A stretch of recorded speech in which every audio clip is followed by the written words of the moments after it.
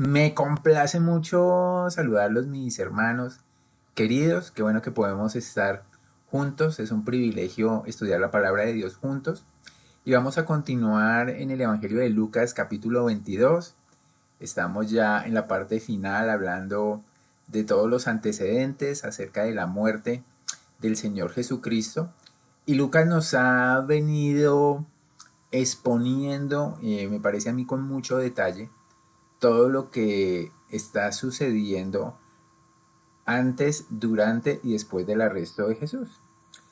Y cómo ese complot finalmente entre los romanos y los judíos para matar a Jesús, para silenciar a Jesús, pues estaba en realidad bajo el control y la soberanía del Señor, junto con otros aspectos, la misma traición de Judas, la institución de la cena del Señor, el enseñarle a los discípulos realmente que el mayor es el que sirve. Vimos también cómo la escritura debía cumplirse en Jesús, cómo el Señor ora en ese momento en Getsemaní, por la copa que tenía que beber y cómo se dispone delante del Padre para que se haga la voluntad del Padre. Y la semana pasada pues empezamos a ver ya la traición y la conclusión que sacábamos era de nuevo que la soberanía de Dios era la que estaba haciendo que esas cosas se cumplieran. Hoy vamos a ver una parte conocida del Evangelio, de las más conocidas, que ya empezamos a ver sus antecedentes cuando Jesús predice la negación de Pedro en los versículos 31 al 34, pero hoy vamos a ver como la segunda parte, cuando esa negación se hace una realidad y queremos aprender de allí pues lo que el Señor nos quiere enseñar acerca de la confianza en Jesús. Entonces vamos a leer el texto, mis hermanos, desde el versículo número 54 hasta el 62. Dice Lucas: y prendiéndole le llevaron y le condujeron a casa del sumo sacerdote, y Pedro le seguía de lejos. Y habiendo ellos encendido fuego en medio del patio, se sentaron alrededor, y Pedro se sentó también entre ellos. Pero una criada, al verle sentado al fuego, se fijó en él y dijo: también éste estaba con él. Pero él lo negó diciendo: mujer, no lo conozco. Versículo 58. Un poco después, viéndole otro, dijo: tú también eres de ellos. Y Pedro dijo: hombre, no lo soy. Versículo 59. Como una hora después, otro afirmaba diciendo: verdaderamente también este estaba con él, porque es Galileo. Y Pedro dijo: hombre, no sé lo que dices. Y enseguida, mientras él todavía hablaba, el gallo cantó. Entonces, vuelto él, versículo 61, vuelto el Señor, miró a Pedro. Y Pedro se acordó de la palabra del Señor, perdón, que le había dicho: antes que el gallo cante, me negarás 3 veces. Y Pedro, saliendo fuera, lloró amargamente. Y pues le pedimos al Señor que sea guiándonos en el estudio de su palabra y en todas las cosas que quiere que nosotros aprendamos de ella en el día de hoy. Entonces, un texto, mis hermanos, realmente conocido por nosotros, famoso. Si alguien tiene referencia del apóstol Pedro, es por este texto. Y es tan importante este texto que también lo tenemos en los otros evangelios. En los 3 evangelios se hace referencia a esta cena: en Mateo 26, 69, 75, en el Evangelio de Marcos 14, 66, 72, y en el Evangelio de Juan, capítulo 18, del 15 al 18, y después del 25 al 27, se nos hace una referencia a esto. Estamos hablando de la negación de Pedro, que nosotros ya empezamos a ver hace algunas semanas, cómo el Señor predice la negación de Pedro. Y recordémoslo un poco porque es importante. El Señor le había dicho a Pedro que Satanás lo había pedido para zarandearlo. Imagínense. Para zarandearlo al mismo Simón, al mismo Pedro, pero le dice que él iba a orar por él para que su fe no faltara. Pedro, en su autoconfianza y tal vez en su poca confianza en el Señor, le dice: no, Señor, tranquilo, dispuesto estoy a ir contigo no solo a la cárcel, sino también a la muerte. Y el Señor le anuncia: Pedro, te digo que el gallo no cantará hoy antes que niegues, tú niegues 3 veces que me conoces. Y aquí vemos el resultado. Entonces empezamos viendo que inmediatamente después de que el Señor lo aprenden, lo llevaron y lo condujeron a la casa del sumo sacerdote. Y es allí donde se empieza a desarrollar la cena, en la casa seguramente del sumo sacerdote oficial de Caifás. Entonces, hemos dicho que todo tenía un antecedente. Finalmente Pedro vino, recuerde que los demás discípulos huyeron, que seguramente Juan, nos dice la escritura, conocía personas dentro de la casa del sumo sacerdote y pudo entrar y finalmente pudo hacer que Pedro entrara. Pero es el comportamiento de Pedro dentro de esa casa, dentro del patio de esa casa, pues lo que estamos viendo. Entonces, hablando de la negación, mis hermanos, quisiera que viéramos tres puntos bien importantes. Entonces, tal vez podemos distinguir esta enseñanza como la tragedia de negar a Jesús. Y vamos a ver las raíces de la negación, la caída hacia la negación y la gracia en medio de la negación. Entonces, empecemos con las raíces de la negación.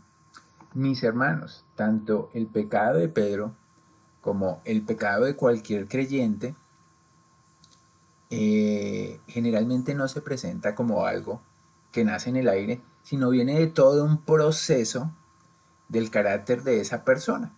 Nosotros ya habíamos visto cómo la raíz de la negación de Pedro empieza en su propio orgullo, en su propia altivez, en su propia arrogancia, en su propia autoconfianza. Palabras como las que dijo: Señor, estoy dispuesto a ir contigo no solo a la cárcel, sino también a la muerte. Y decirle al Señor, por ejemplo, en Mateo 26, aunque todos se escandalicen de ti, yo voy a ser diferente. Yo no voy a caer, yo nunca me escandalizaré. Y por eso el Señor le advierte a Pedro. Por eso el Señor le advierte a Pedro lo que le iba a suceder. Entonces ya estaba ahí esa autoconfianza, esa aparente robustez en la fe, pero es la que el Señor quiere destruir y desengañar a Pedro acerca de lo que estaba pasando. Fíjate que Pedro es indolente, porque recuerde que vimos como después de pedirle a Pedro que estuviera muy alerta ante la tentación, los invita a orar a Getsemaní. ¿Para qué? ¿Cuál era el propósito de esa oración? Oren para que no entre en tentación. Y varias veces se lo repitió. Pero a Pedro le pareció, como a los otros discípulos, tal vez más importante dormir, descansar que orar. Pedro se sentía confiado y no usó la herramienta de la oración para fortalecerse espiritualmente. Es más, Pedro seguía teniendo sus propios planes. Es una persona muy impulsiva. Cuando lo vimos la semana pasada, cuando vienen a arrestar al Señor, Pedro impetuosamente agarra una espada y ataca. Entonces fíjate que todo eso nos deja ver que lo de Pedro es algo que viene progresando, algo que se viene desarrollando, que se viene incubando en el corazón y que va a dar como resultado el pecado. Así dice Santiago: el pecado no llega, sino tiene todo un proceso, la concupiscencia, donde desarrolla pensamientos y viene al final el pecado y como consecuencia la muerte. Y aquí en este mismo texto vemos la actitud de Pedro. Fíjate la actitud que nos muestra el versículo 54. Y Pedro le seguía de lejos. Pedro le seguía de lejos. ¿Qué quería Pedro? Bueno, apuntémosle a Pedro que él no huyó, pero empezamos a ver las fisuras en la rectitud o en la fuerza de Pedro. Pedro no quería identificarse delante de todo el mundo como un seguidor de Jesús y por eso le empezó a seguir de lejos. Podríamos decir que Pedro quería mimetizarse y empezó a alejarse de Cristo. No quería ser asociado con Cristo. Cuando el Señor nos manda a todos los creyentes a identificarnos con Él. Gálatas 2:20 dice, con Cristo estoy juntamente crucificado. Y ya no vivo yo, mas Cristo vive en mí. Y lo que ahora vivo en la carne lo vivo en la fe del Hijo de Dios, el cual me amó y se dio a sí mismo por mí. Identificación, por eso nos llamamos cristianos. Y por eso somos luz que resplandece en medio de las tinieblas. Somos el llamado de la Escritura es a que seamos ¿qué? Diferentes. Y fíjate los detalles que sigue dando Lucas en el versículo 55. Y habiendo ellos, hablando de la turba, de muchos de los siervos, de las personas que estaban en el patio esperando órdenes, el frío parece que era fuerte a la madrugada, y habiendo ellos que encendido en fuego en medio del patio, se sentaron alrededor. ¿Qué hicieron los de la turba? Se sentaron alrededor. ¿Qué hace Pedro? Y Pedro se sentó también entre ellos. Fíjate que los no creyentes, ¿qué hicieron? Encendieron un fuego para calentarse. Y Pedro también ahora se sienta entre ellos. ¿Buscando qué? Buscando lo que ellos le podían dar en ese momento. Fuego en medio del frío. Y no solamente se acercó, sino se sentó con ellos. Y fíjate que la figura de sentarse es muy representativa dentro de las culturas para hablarnos de asociación. El Salmo 1:1 dice, bienaventurado el varón que no anduvo en consejo de malos, ni estuvo en camino de pecadores, ni en silla de escarnecedores se ha sentado. ¿De qué manera se sentía Pedro entre ellos? Se sentía confiado. Entonces no solamente se alejó del Señor, sino se acercó y se sentó con los que no amaban al Señor, con los que lo fueron a arrestar, con los que lo estaban persiguiendo. Entonces lo que estamos viendo es, mis hermanos, que no identificarnos con Cristo no es una cosa que sucede de la noche a la mañana. No identificarnos con Cristo es permitir que nuestra carne, todo lo que hay en nuestro corazón, que no busca identificarse con Cristo, empiece a crecer. Y eso dará como resultado, uno, que nos alejemos del Señor, que se vuelva una religión, que lo miremos de lejos, y dos, nos acercamos más a lo que la Biblia llama el mundo, la carne, los deseos de los ojos, la vanagloria de la vida, los deseos de la carne. Nos acercamos allá y es una tendencia natural de alguien que desvía la mirada y tiene demasiada autoconfianza en sí mismo. ¿Estamos de acuerdo? Pero no nos olvidemos que es un proceso. Es un proceso y en medio del proceso podemos parar. El Señor lo advirtió en el camino que iba Pedro para que él parara, para que él estuviera alerta y se diera cuenta de lo que estaba realmente sucediendo en su vida. Y como es todo un proceso, mis hermanos, fíjate que lo segundo que vamos a ver a partir del versículo 56 es la caída hacia la negación. Y hablamos de negación como un sinónimo de no identificarse con Cristo y asumir las consecuencias de lo que eso significa. Y hablamos de la caída porque es un proceso que va hacia abajo. Y en el caso de Pedro tiene 3 etapas. Fíjate entonces, versículo 56. Pero una criada, al verle sentado al fuego, ¿qué hizo la criada? Se fijó en él. Empezó a darse cuenta de este hombre, yo lo he visto en algún lado. Y se fijó en él y se dio cuenta que Pedro también, estaba con él. ¿Con quién? Con Jesús. Lo identificó como alguien que estaba con Jesús. Pero él lo negó diciendo, mujer, no lo conozco.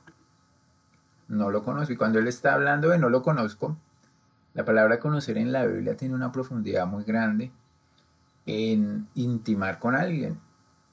No habla solamente de tener una referencia acerca de alguien, sino habla de una relación profunda.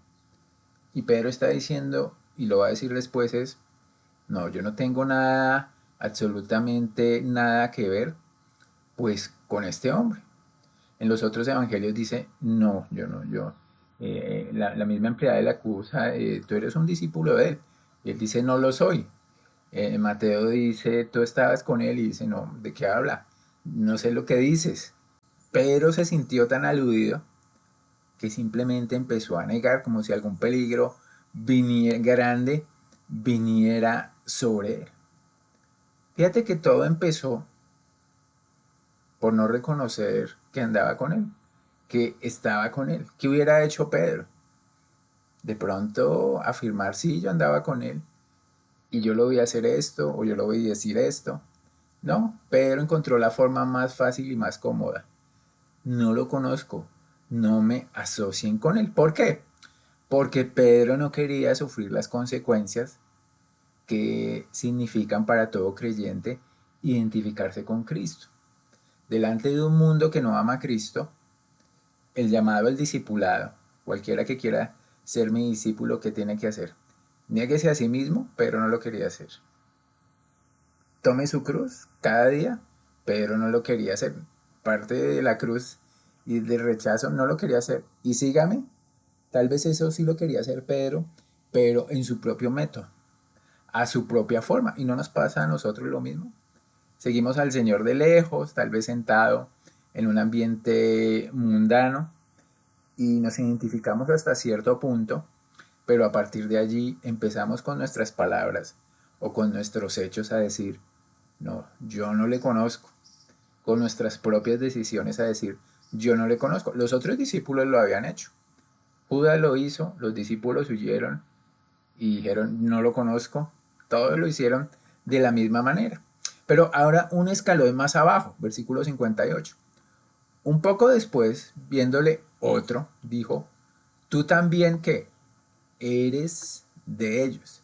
La acusación no era que estaba con él, sino que hacía parte de este grupo de personas que seguían a Jesús, que se habían identificado con Cristo. Fíjate que inmediatamente, casi seguramente nos dice Marcos que él salió a la entrada, el primer gallo ya había cantado, Pedro como que no se ha dado cuenta de eso y desconcertado se dirigió a la salida y allí lo identificaron. Tú también eres de ellos.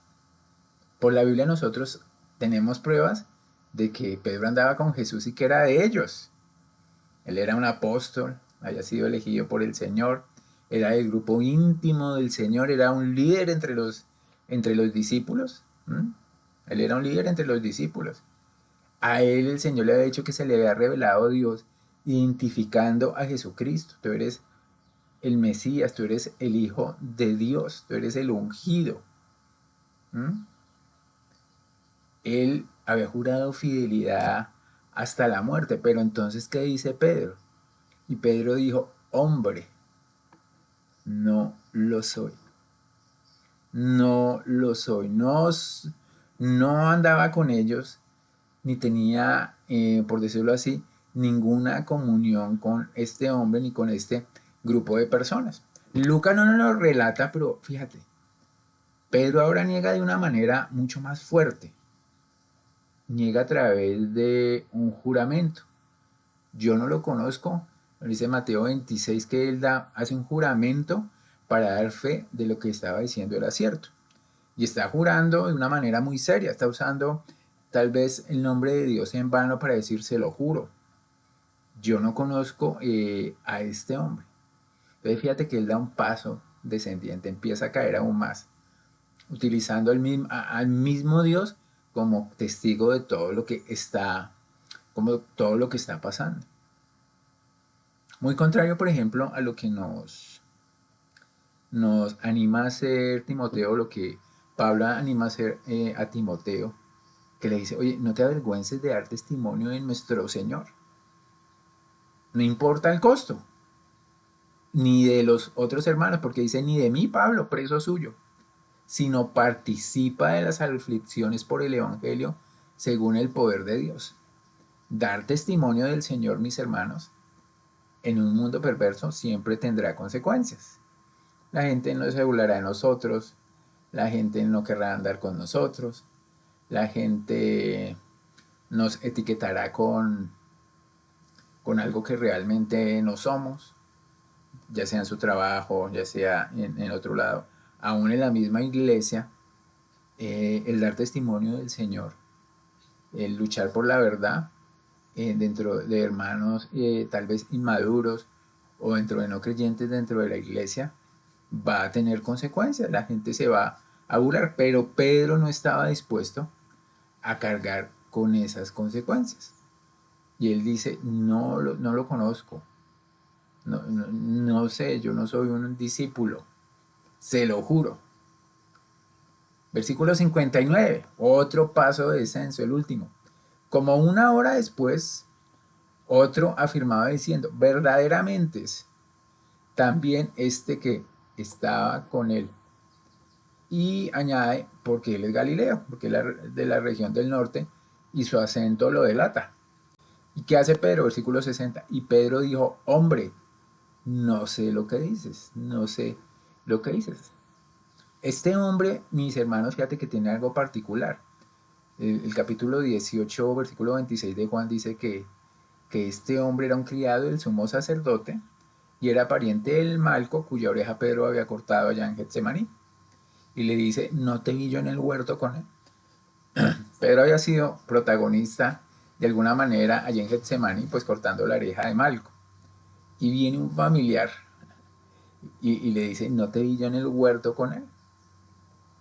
Fíjate que el Evangelio de Mateo nos añade algo más del descenso en la negación de Pedro. En respuesta a este hombre, a todos los que estaban allá, él empezó a decirlo en voz fuerte. Quería que todos oyeran que él no tenía ninguna relación con Jesús ni ningún conocimiento de Jesús. Y comenzó a hacer, además de jurar, comenzó a maldecir. Mateo 26, 74. Comenzó a maldecir, a jurar. ¿Qué significaba maldecir?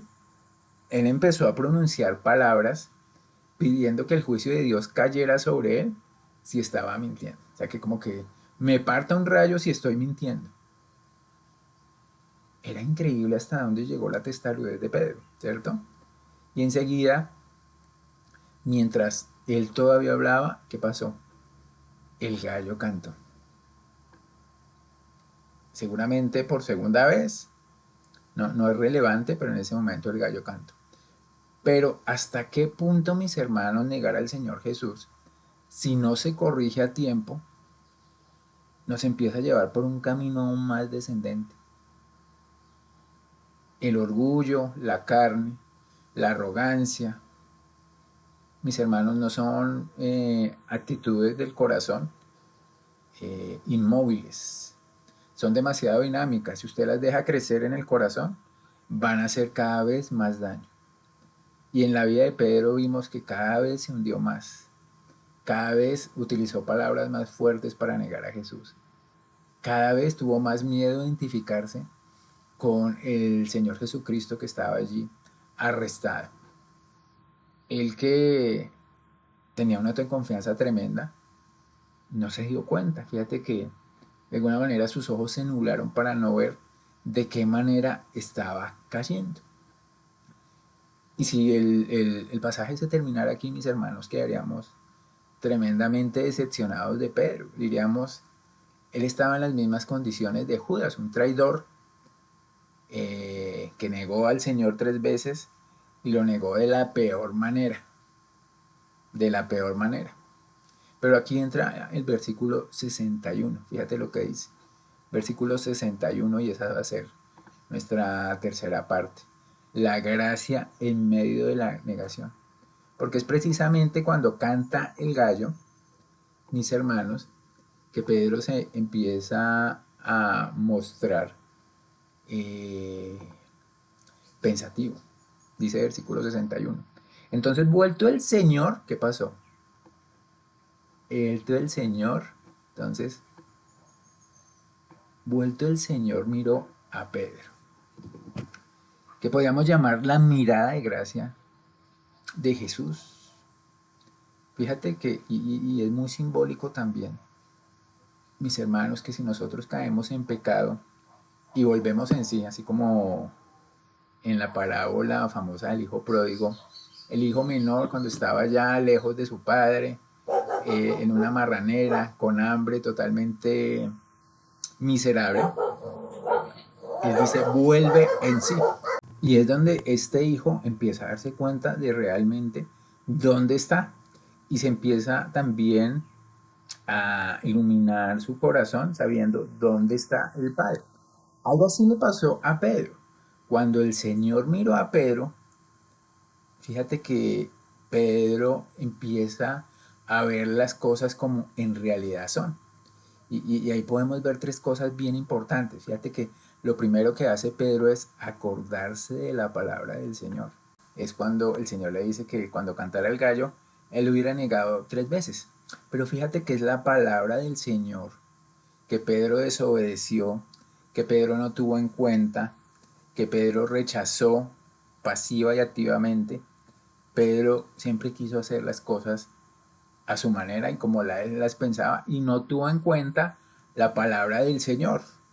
Después de andar 3 años con el Señor. Y mis hermanos, es una misericordia del Señor que nosotros podamos arrepentirnos, que podamos ser restaurados, que podamos cambiar el rumbo. Siempre va a ser una gracia del Señor.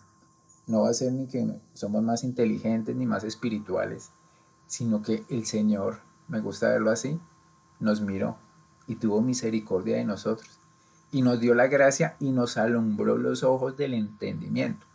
Porque es lo que, por ejemplo, Pablo pide por los Efesios. En Efesios 1:18 pide en oración Pablo que Él les alumbre los ojos del entendimiento. ¿Para qué? Para que sepáis cuál es la esperanza a que Él os ha llamado. Y ahí me parece que Pedro estaba teniendo la capacidad de ver la esperanza a la que ha sido llamado y cuál es la riqueza de la gloria de su herencia en los santos.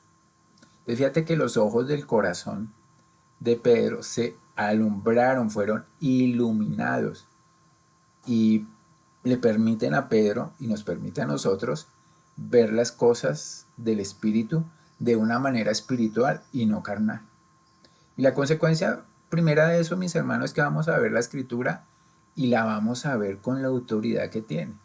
Y consecuencia de ver la Escritura con fe, con confianza, con autoridad, es que vamos a obedecerla. Vamos a ponerle atención. Vamos a darle el valor que tiene. Como consecuencia de obedecer y darle el valor que tiene, fíjate que dice acá, y Pedro se acordó que le había dicho antes que el gallo cante, me negarás 3 veces. Pero recordó la palabra del Señor. Pero termina el pasaje diciéndonos, ¿y Pedro qué hizo?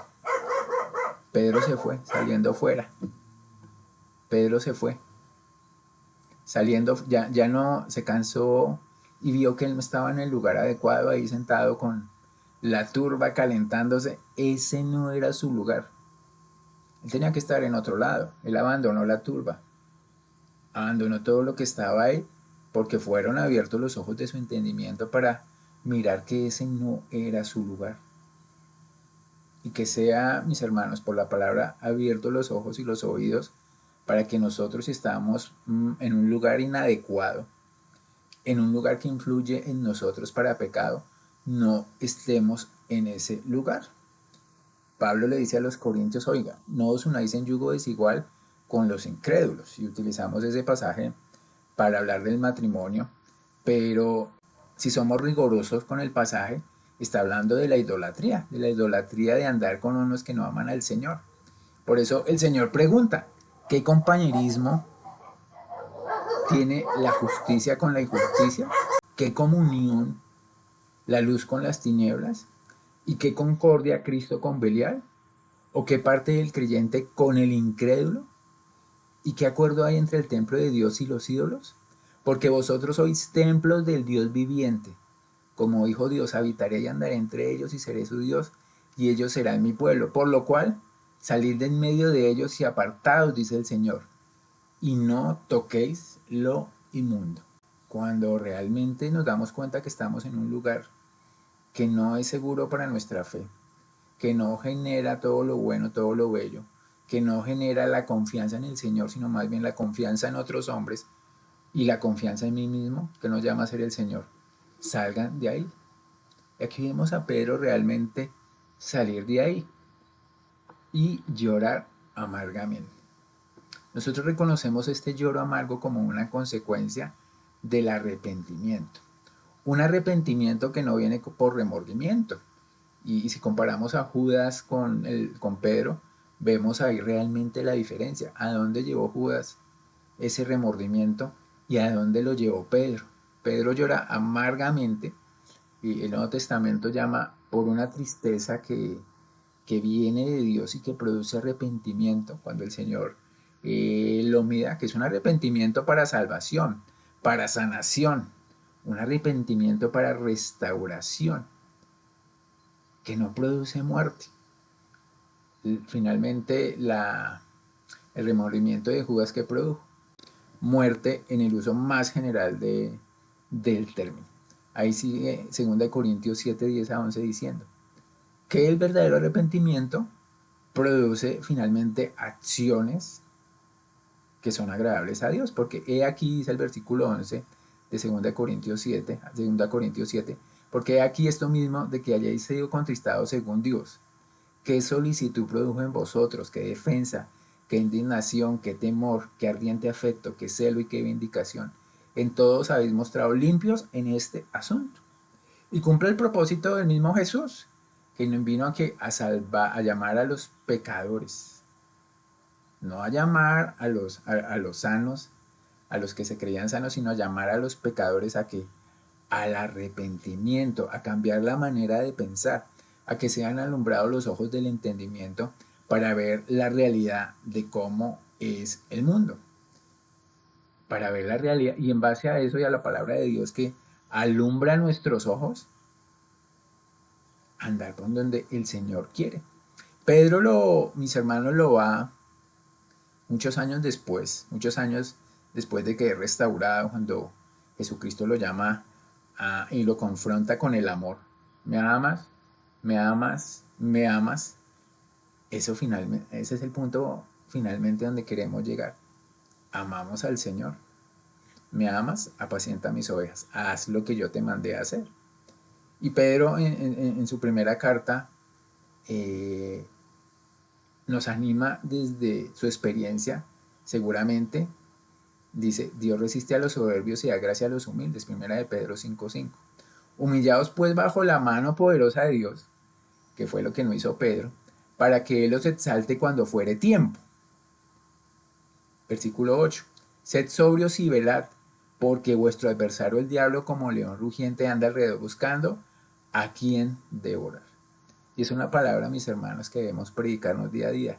Sed sobrios y velar, porque el diablo anda buscando a quien devorar. Entonces, mis hermanos, vimos ahí las raíces de la negación, la caída hacia la negación y la gracia de la negación. La gracia en medio de la negación.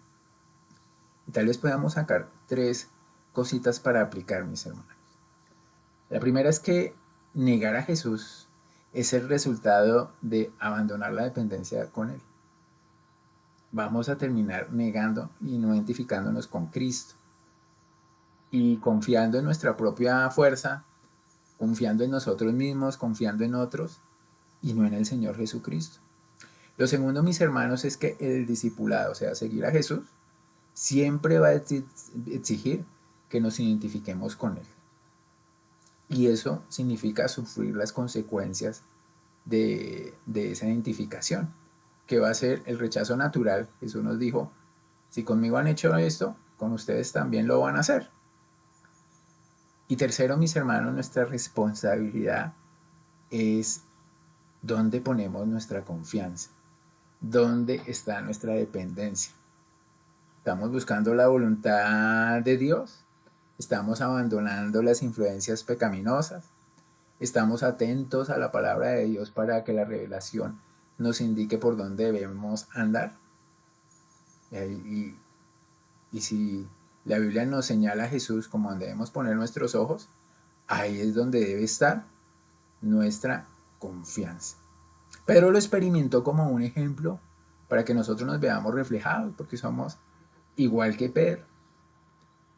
Porque el Señor, mis hermanos, que vino a buscar a los pecadores, también, si usted no ha conocido al Señor, si no han sido alumbrados los ojos de su entendimiento, si no tiene su confianza puesta en Él para salvación, lo que la Biblia nos dice es, de cierto os digo, el que oye mi palabra y cree al que me envió, tiene vida eterna y no vendrá condenación, pues ha pasado de muerte a vida. Mis hermanos, eso les quería compartir en este hermoso día que nos regala el Señor. Dios mediante nos veremos el viernes. El Señor los continúe bendiciendo. Un abrazo. Chao.